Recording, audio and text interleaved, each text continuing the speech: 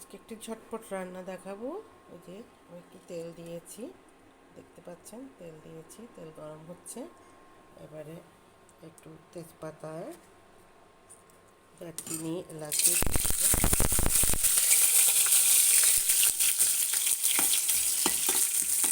এলাচি, দারচিনি, তেজপাতা দিয়ে দিলাম। এরপরে দিয়ে দিব পেঁয়াজ, পেঁয়াজ দিলাম। রান্না এটা হচ্ছে মাংস, গরু মাংসের এটা জিহ্বা, গরু মাংসের জিহ্বাটা আলাদা করে খেয়েছি। এখন এটা জিহ্বার সাথে যেটা ছিল সেই মাংসটা এটা এই যে দিয়ে দিলাম, পেঁয়াজ দিয়ে দিলাম। এরপরে দিব রসুন,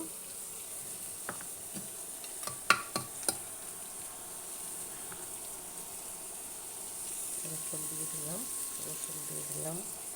এরপরে দিয়ে দিলাম আদা,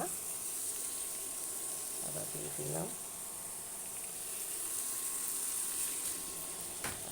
দিলাম, এরপরে আছে এখানে মশলা দিয়ে দিলাম। সাধারণত যেভাবে রান্না করে সেভাবে মশলা দিয়ে দিলাম।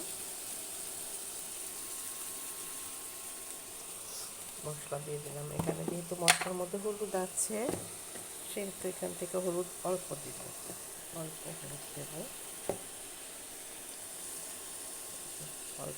দিয়ে দিলাম। ছোটো চামচের 1 চামচ।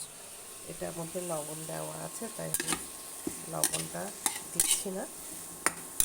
এভাবে মশলাটা দিয়ে একসঙ্গে দিয়ে দিলাম। এরপরে এটাকে কষাবো,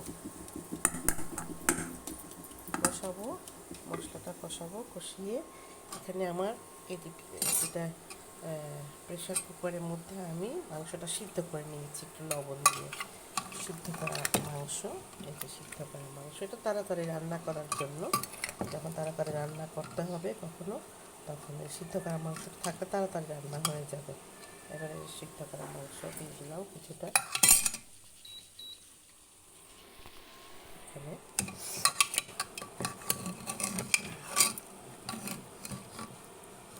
দেখেন সিদ্ধ করা মাংস,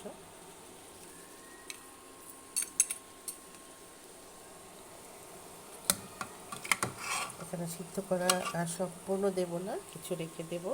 আবার যখন রান্না করব তখন তাড়াতাড়ি হয়ে যাবে।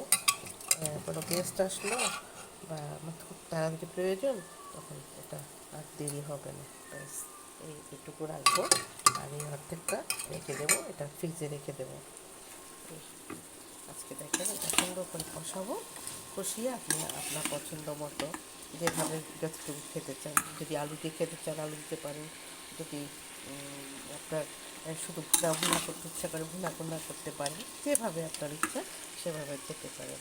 এভাবে সেটা রান্না আজকে রেসিপি গরু মাংসের জিহ্বা মাংস। টাটা, সবাইকে ভালো থাকবেন, সুস্থ থাকবেন।